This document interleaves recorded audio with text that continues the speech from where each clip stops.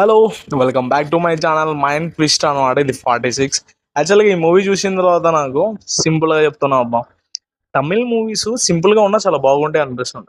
ఈ ఫ్యామ్ ఈ ఫ్యామిలీ మూవీలో అండ్ పొసిసివ్నెస్ ఉంటుంది, అండ్ లవ్ ఉంటుంది, కేర్ ఉంటుంది, ఎవ్రీథింగ్ ఈజ్ పర్ఫెక్ట్ అనమాట.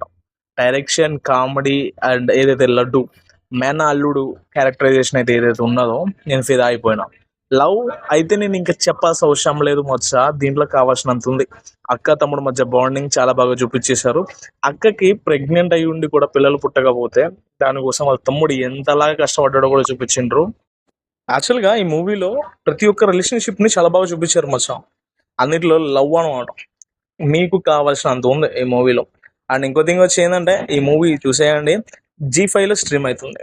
అండ్ మీరు కూడా ఇటువంటి ఫేస్ చేస్తుంటారు.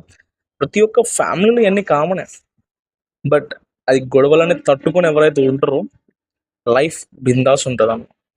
సో ఇంకెందుకు ఆలస్యం, మా ఛానల్ సబ్స్క్రైబ్ చేసుకోండి ఇటువంటి మోర్ ఇంట్రెస్టింగ్ రివ్యూస్ కోసం అనమాట. అండ్ ఫాలో కొట్టు. ఇంకెందుకు ఆలస్యం వచ్చా అన్నట్టు మర్చిపోయాను, ఇన్స్టాలో కూడా ఫాలో కొట్టు.